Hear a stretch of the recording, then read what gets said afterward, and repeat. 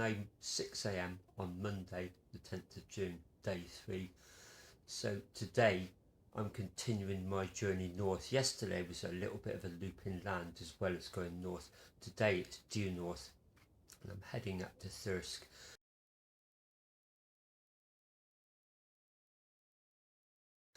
Round about the halfway point I'll be crossing over the river Humber, over the impressive Humber Bridge, and then tonight ending up at Thirsk. And to give you an idea of the latitude, that's round about the same latitude as Scarborough on the coast, so quite far north. It really feels like significant progress by the end of the day. This morning just had a shave, looked in the mirror, and I'm very red. It looks like I've been welding without a mask. I really did catch the sun yesterday. Not sure what the weather's going to be today, but I don't think as warm. So quick cup of coffee, a little bit of breakfast, soon be on my way. Coming up to 7 AM, just about to leave the Premier Inn. I came in from that direction last night. Then after I'd had my shower, there's a brewer's fair right next door. I went in there and had steak and chips, went down really well. A couple of beers. So this morning, you may see it's very overcast. There's some light rain falling, not enough to warrant putting a cape on yet, but certainly a contrast to yesterday. So 125-mile ride in front of me, let's get going.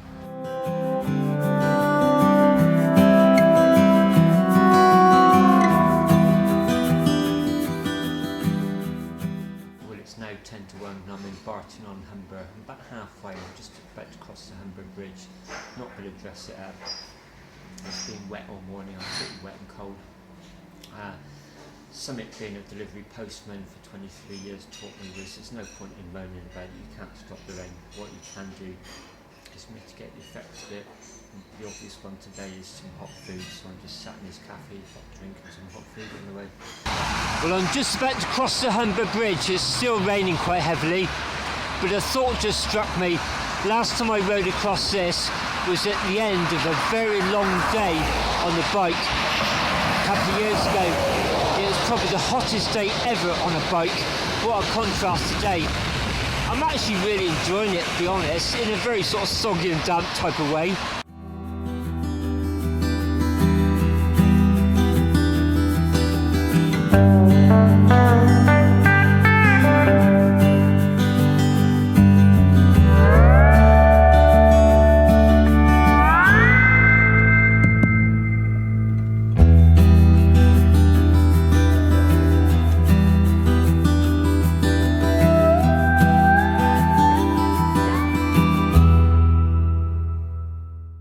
It's now 7:45 and I've just arrived and checked in at my Premier Inn. Today's been such a contrast to yesterday, whereas yesterday was a scorcher. I mean, my urine was near the colour of Marmite by the time I finished yesterday. Today's been pretty much wall-to-wall rain. It just stopped in the last 10 miles, so it gave me a chance to oil my chain, clean my bike down before I arrived at Premier Inn. Booked a table downstairs for 25 minutes time. I'm now just going to make my acquaintance with a bath I've just run, so I'll do an update later on. It's now 10 PM. I've just had a really nice meal downstairs, and I've also had a really nice long chat with my darling wife Linda on the phone, who I'm really missing. I've said on some of my previous videos, I try not to think about the overall goal until much closer to the end, because otherwise the distances and the numbers just overwhelm you. So I'll park it to one side, but tomorrow I will be taking the big picture out of its compartment, because halfway through the road tomorrow will be actually the halfway point of the trip. So I will celebrate, and I celebrate in a certain way, so I'll maybe talk more about that in the morning, but meantime I'm going to get myself an early night and try and catch up on some sleep. See you tomorrow. Well, hello, good morning. It's now 6 AM on day 4 of my end-to-end. Today I'm riding from Thirsk up to Alnwick.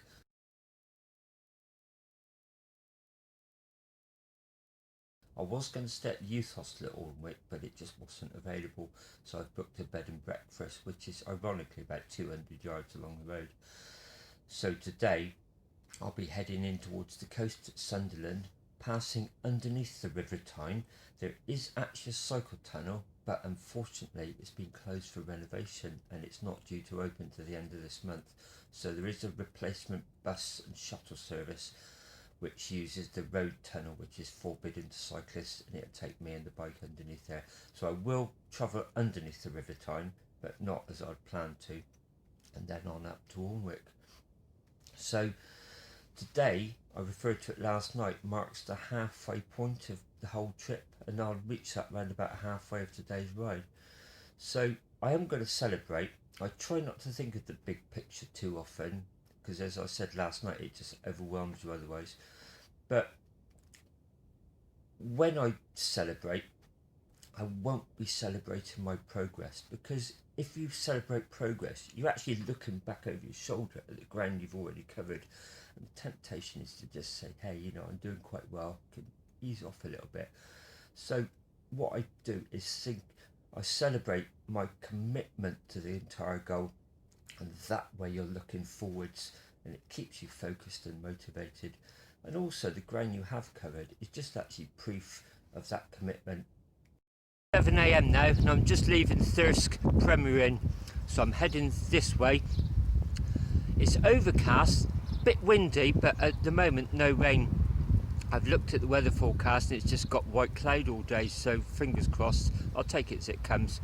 So you may notice I'm wearing glasses. I prefer that if it's going to rain to contact lenses, so hence the bins.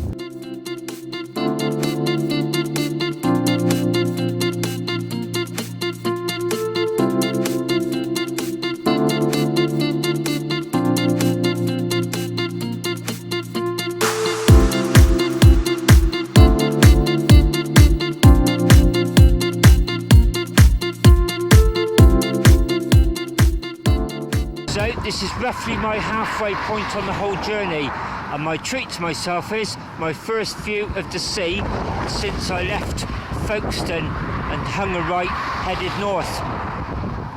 Just going to savour this moment for a few minutes. It's very, very windy today. I'm probably going to have to phone the B&B up just to let them know I may be arriving late.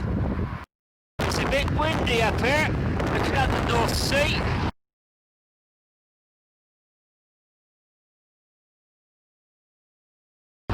So I'm going to be following the coast up for the next day or so, up towards Edinburgh. In a few miles I'm going to be going underneath the River Tyne.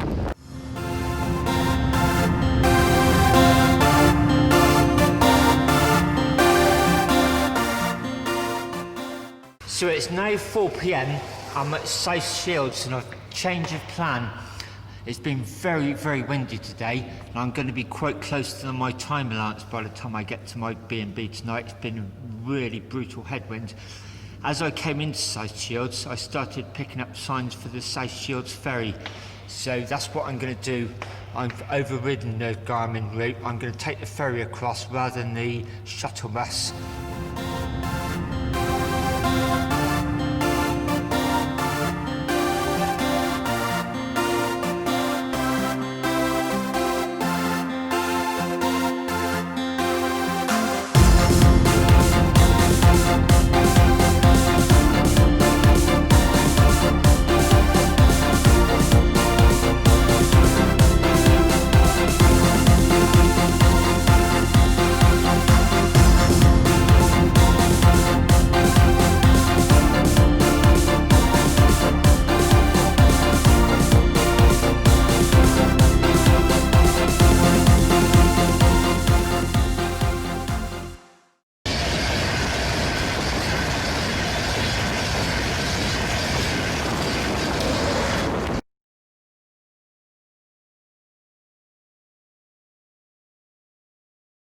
It's now about 3 minutes to 9 and I've scraped in at my bed and breakfast with about 3 minutes of my DIY Audax time allowance left. Had to really pull all the stops out to get her in time. I'm absolutely spent and wrecked.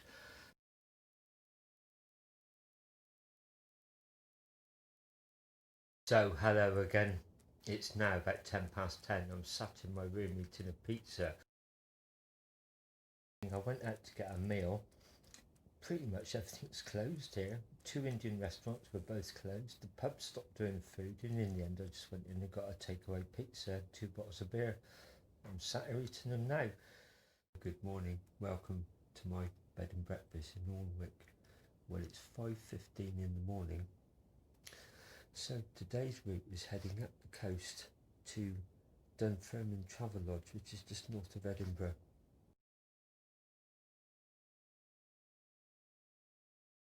I often say long distance cycling is the first 50% is physical and the second 50% is mental, and I would tend to agree with that, especially on the really long rides when you get fatigued and you start to have self-doubt. So I tend to refer to it as limbs versus the limbic system. So a tip I think is worth passing on. About 25-30 years ago, a mentor said to me, try and break any long task into about 4 quarters. And the first quarter you'll be on the buzz of starting and actually getting going. The second quarter you'll be enthusiastic because you'll be noticing progress. It's normally the third quarter when you've still got a long way to go but the fatigue and tiredness is setting in. That's quite often when a lot of people will quit. You've really got to be aware of that. And then the fourth quarter, of course, the finish line's in sight, so you tend to get a bit of a lift. And that was such wise advice. He really did know what he was talking about. I spent years trying to figure out, was there any other advantage I could give myself? And I came up with the idea of imagining a long event as a sort of bell curve. So the first 2 quarters will be the upward slope, and then the halfway point yesterday was like reaching the summit, the apex, and then the third quarter would be the sharp downward slope before it levels off for that fourth quarter finish. And even if I was just about to arrive in the Alps, I would still think of that third quarter as downward slope, and I was really having to think about that last night. So it's 7:15 now, and I'm sat in a really nice warm, cosy and friendly Subway having a bacon and cheese and a hot coffee. It's quite wet and wild out there. I've just left the bed and breakfast, well, the bed. I think it's fair to say that lady who runs it, working in the hospitality industry, she's probably in the wrong sector.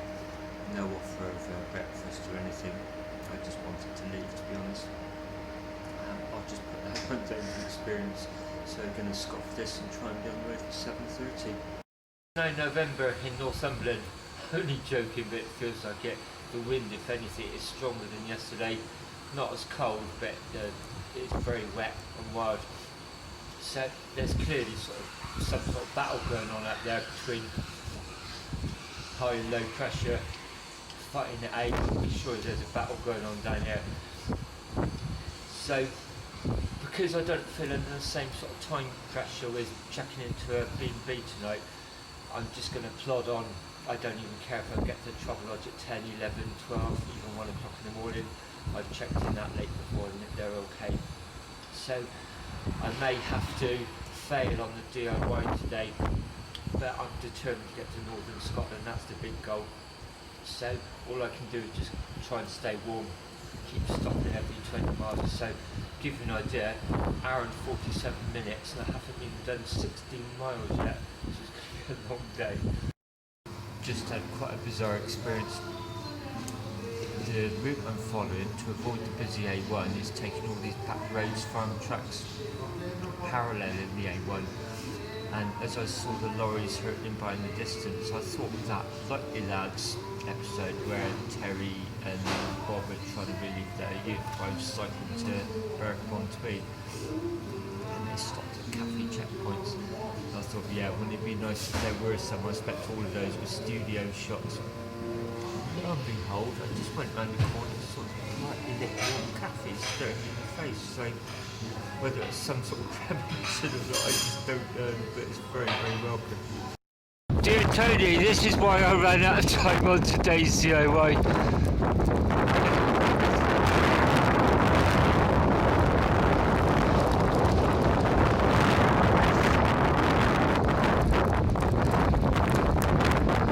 I'm going to finish, I'm just going to finish out of time. Please forgive me, Tony.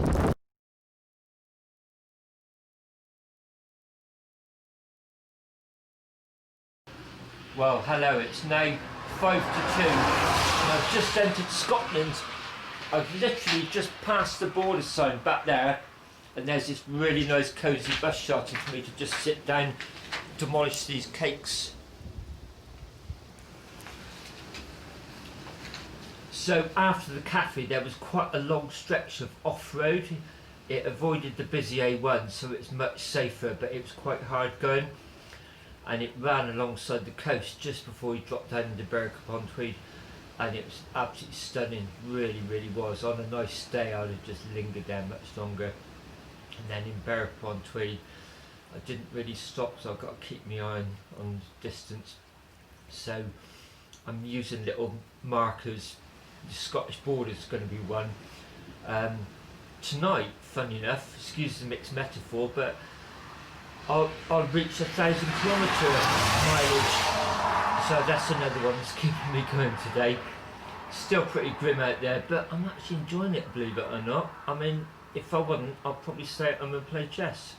It's 5:10 and I'm just sat in a bus shelter to have a sandwich and a fizzy drink. Making fairly good progress. I get little bursts of the wind's behind me and I just think brilliant, I can claw back some time then while the headwind comes again. Soon after the last video I started doing this really long climb. It went up into clouds and I suddenly remembered the terrain south of Edinburgh is quite hilly. So at one point I thought if it goes on like this I'm going to have to take some dirty laundry out and put an extra layer on, but luckily I soon sort of dropped off it. If you're planning on flying from Inverness to Bristol on Monday afternoon, you may consider changing your plans. I'm just starting to feel sorry for the person who ends up sitting next to me. So ETA for the Travelodge at the moment, the Garmin's estimating 9:30. Being more realistic, I think it's going to be 10:30. It's 9 PM now. I'm still about 12 miles from my destination. This has got to be one of the highlights of the trip. I'm on the Forth Road Bridge. It's pretty much closed. I've had to change carriageways. There's the iconic Forth Railway Bridge over there. Pan round.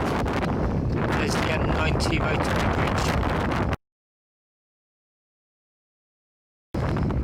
It's been a long day, but wow, this has made it worthwhile.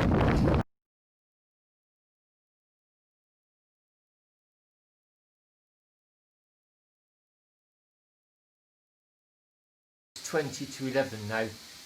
It's been a very long day. I've just checked into the Travelodge. You may hear there's a bath running in the background.